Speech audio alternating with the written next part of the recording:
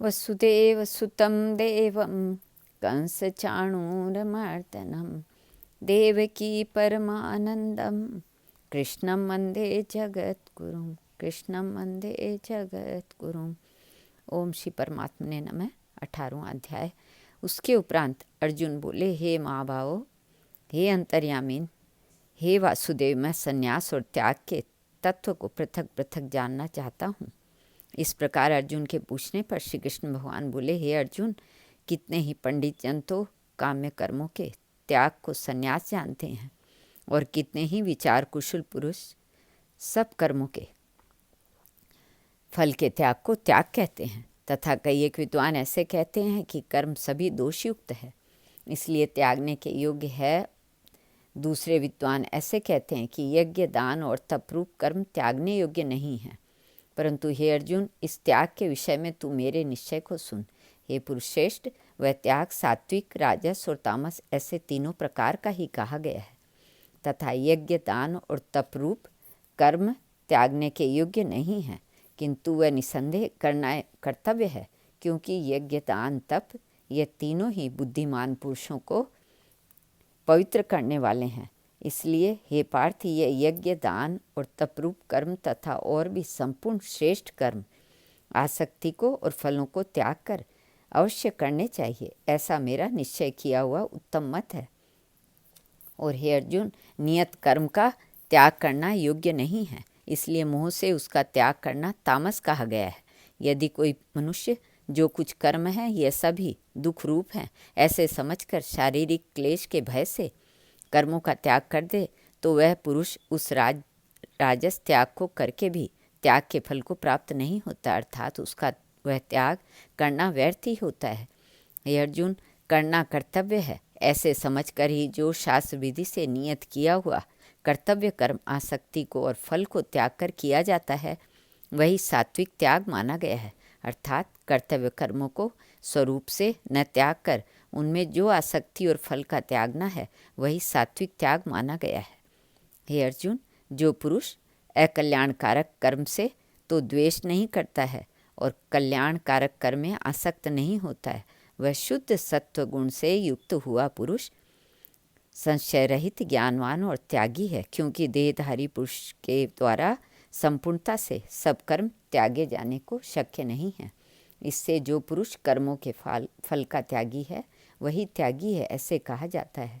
सकामी पुरुषों के कर्म का ही अच्छा, बुरा और मिला हुआ ऐसे 3 प्रकार का फल मरने के पश्चात भी होता है, और त्यागी पुरुषों के कर्मों का फल भी किसी काल में भी नहीं होता है, क्योंकि उनके द्वारा होने वाले कर्म वास्तव में कर्म नहीं हैं। हे महाभावो, संपूर्ण कर्मों की सिद्धि के लिए अर्थात संपूर्ण कर्मों के सिद्ध होने में ये 5 हेतु सांख्य सिद्धांत में कहे गए हैं, उनको तू मेरे से भली प्रकार जान। हे अर्जुन, इस विषय में आधार और कर्ता तथा न्यारे न्यारे कारण और नाना प्रकार की न्यारी न्यारी चेष्टा एवं वैसे ही 5वां हेतु देव कहा गया है, क्योंकि मनुष्य मन, वाणी और शरीर से शास्त्र के अनुसार अथवा विपरीत भी जो कुछ कर्म आरंभ करता है उसके यह 5 ही कारण हैं। परंतु ऐसा होने पर भी जो पुरुष अशुद्ध बुद्धि होने के कारण उस विषय में केवल शुद्ध स्वरूप आत्मा को करता देखता है, वह मलिन बुद्धि वाला ज्ञानी यथार्थ नहीं देखता है।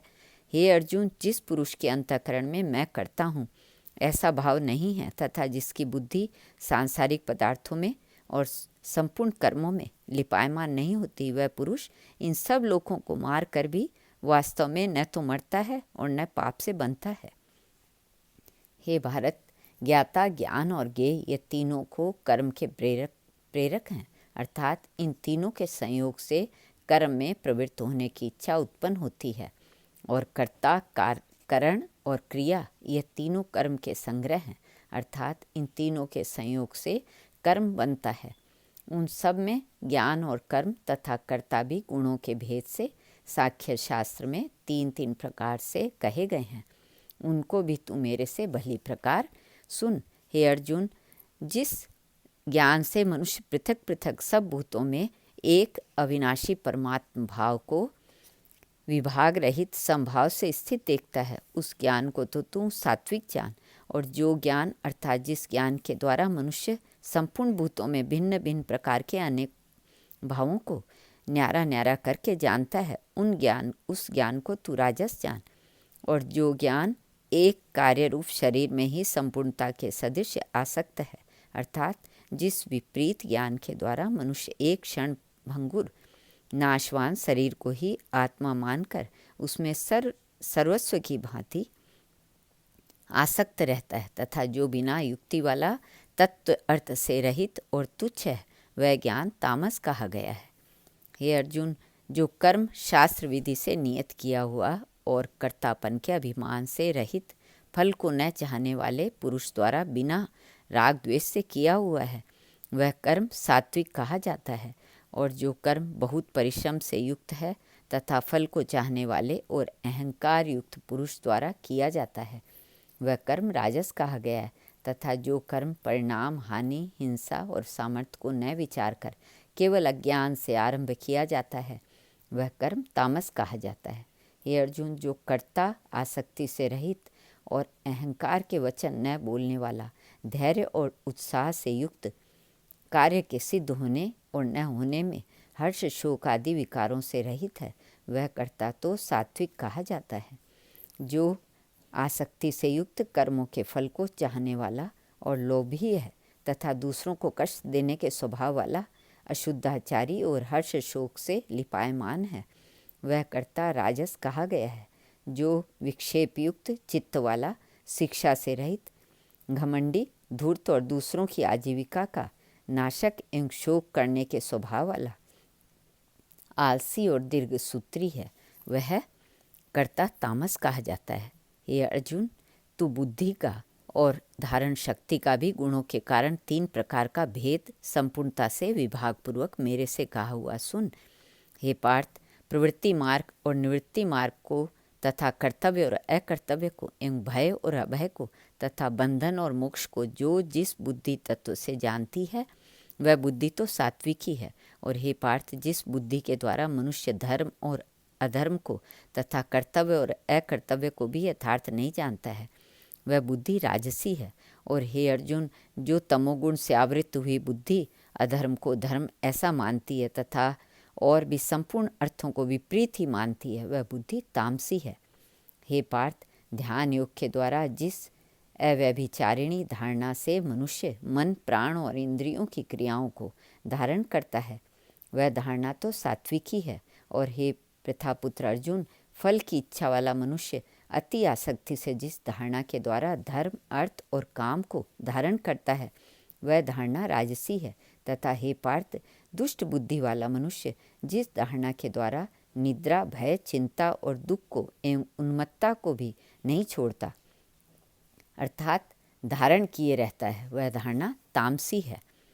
हे अर्जुन, अब सुख भी तू 3 प्रकार के मेरे से सुन। हे भरत श्रेष्ठ, जिस सुख में साधक पुरुष भजन, ध्यान और सेवा आदि के अभ्यास से रमण करता है और दुखों के अंत को प्राप्त होता है, वह सुख प्रथम साधन के आरंभ काल में यद्यपि विष के सदृश भासता है, परंतु परिणाम में अमृत के तुल्य है। इसलिए जो भगवत विषय बुद्धि के प्रसाद से उत्पन्न हुआ सुख है, वह सात्विक कहा गया है।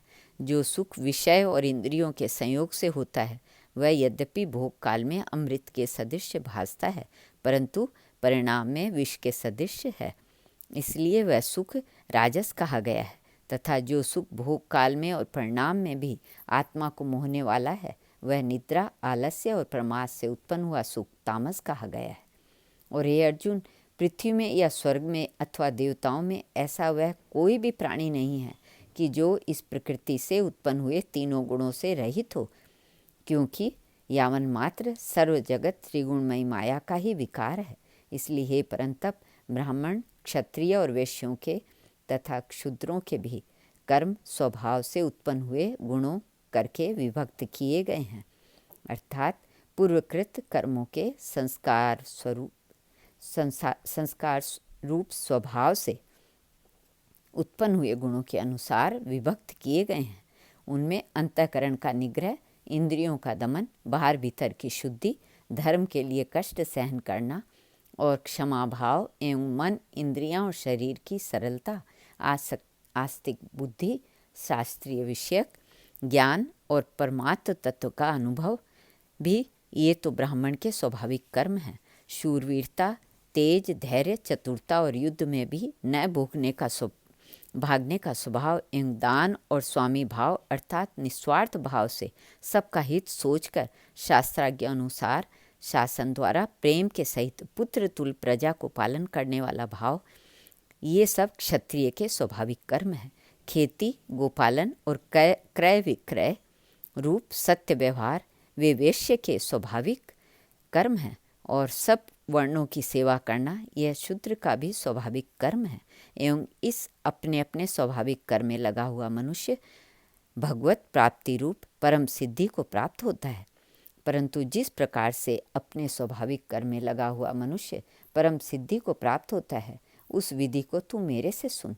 हे अर्जुन, जिस परमात्मा से सर्वभूतों की उत्पत्ति हुई है और जिससे यह सर्व जगत व्याप्त है, उस परमेश्वर को अपने स्वाभाविक कर्म द्वारा पूजकर मनुष्य परम सिद्धि को प्राप्त होता है।